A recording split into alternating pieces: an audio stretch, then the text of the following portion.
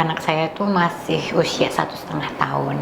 Nah, terpaksa saya membawanya kemana-mana dan juga ke tempat kerja dan ke bisnis meeting. Nggak di rumah, nggak di kafe, saya juga harus sebagai ibu gitu ya. Kalau untuk menulis itu sebuah stress relief sebenarnya buat saya.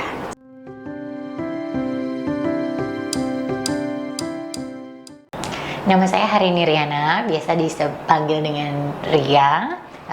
Saya sebagai General Manager dari The Lokalis Coffee and Bistro, juga sebagai pemerhati literasi anak-anak.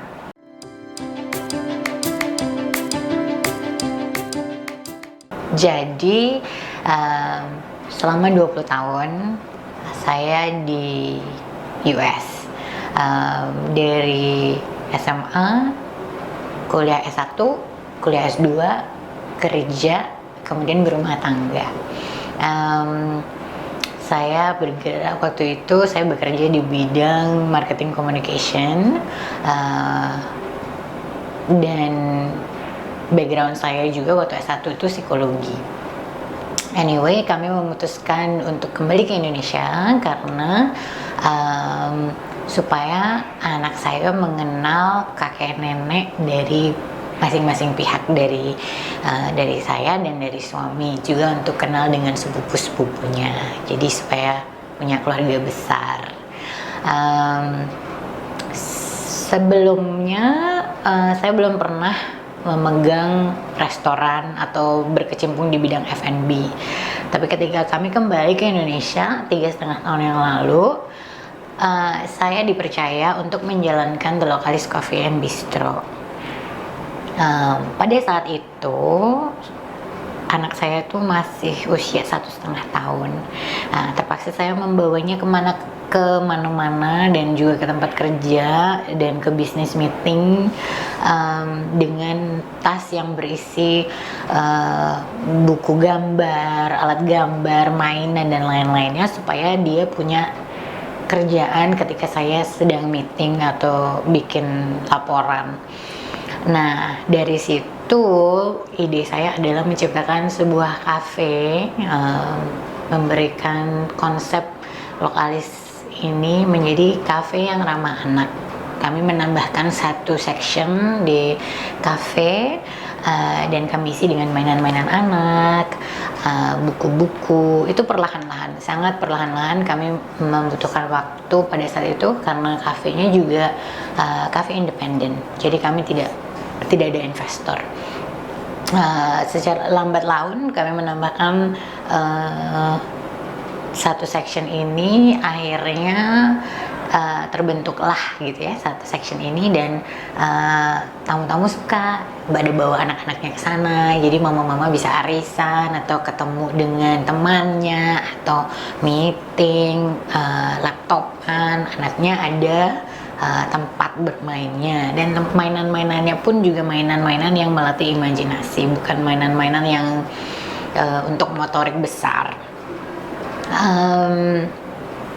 Lalu setelah itu juga saya isi dengan suatu kegiatan yang berbau literasi, karena seperti yang kita ketahui bahwa membaca itu masih belum menjadi suatu kebiasaan di negara kita tercinta ini.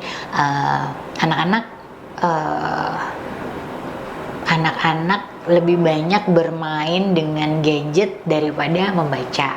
Nah, ini ada sesuatu yang dekat banget dengan hati saya, maksudnya soal membaca ini, karena saya sangat cinta dengan buku, dan saya waktu kecil dibesarkan dengan kegiatan tuh membaca buku. Ketika kami kecil, yang ada itu toko-toko buku, bukan toko mainan. Jadi senang banget ketika dibawa ke toko buku untuk beli buku dan dibacakan buku. Itu sudah menjadi suatu habit di keluarga saya. Nah, ketika kami tinggal di Amerika pun membaca itu sudah seperti sudah sangat terbiasa sekali di keluarga-keluarga untuk membacakan buku pada anak-anak. Perpustakaan itu penuh dengan buku anak kecil yang beragam, bukan buku-buku yang tentang pelajaran, bukan seperti itu, tapi banyak sekali di section anak-anak itu buku-bukunya sangat beragam dan menarik, sehingga anak-anak betah sekali berjam-jam di situ. Dan juga selalu ada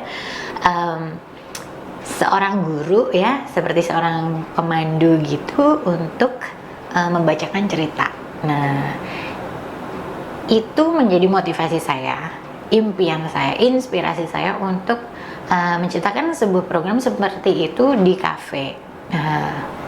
Kami kolaborasi dengan seorang guru playgroup yang juga sangat suka buku, suka baca. Lalu setiap hari Sabtu sekarang kami mengadakan kegiatan yang namanya Kids Book Club dan Babies Book Club. Jadi kalau untuk yang babies itu usia dari 3 bulan hingga 24 bulan. Kalau untuk anak-anak yang Kids Book Club usia dari 3 tahun hingga 6 tahun. Intinya sama, dibacakan buku dan diajak bermain. Kalau untuk yang babies memang kegiatannya lebih sederhana karena untuk anak-anak yang sangat masih bayi ya. Kalau yang untuk anak-anak usia 3 sampai 6 tahun, selain dibacakan buku, juga kita mengadakan kegiatan seperti arts and crafts yang berhubungan dengan tema buku tersebut. Nah, itu sudah menjadi bagian dari kafe dan biasanya itu ditunggu-tunggu oleh para tamu, mama-mama yang biasanya membawa anak-anaknya ke sana.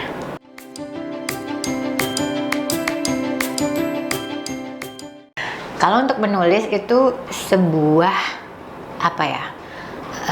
stress relief sebenarnya buat saya. Jadi menulis itu sesuatu yang benar-benar aku suka. Tidak hanya untuk tulisan tentang cerita anak, tapi juga tulisan-tulisan lainnya. Untuk membagi waktu selama ini, biasanya kalau untuk nulis-nulis saya lakukan di saat malam. Anakku udah tidur, jadi rumah udah tenang, saya bisa dengan diri saya sendiri, dan di saat itulah saya punya waktu untuk fokus dan menulis.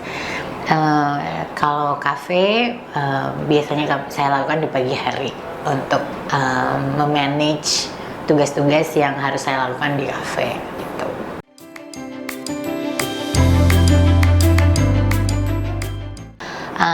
Sebagai leader, kita itu bertanggung jawab tidak hanya menjalankan bisnisnya, operasionalnya atau sistemnya, tapi juga kita memanage emosi dan perilaku staff.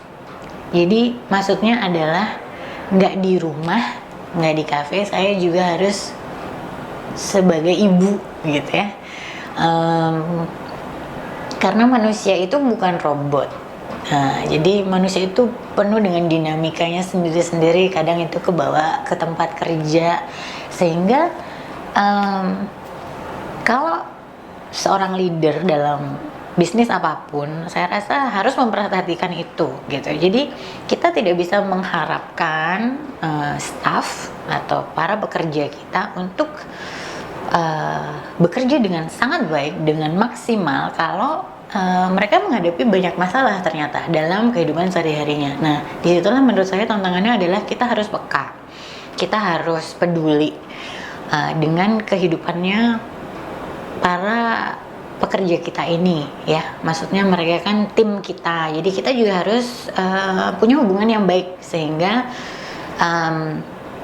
di saat mereka ada masalah, mereka bisa curhat sama kita gitu. Jadi itu menurutku tantangan terbesar adalah memanage sumber daya manusianya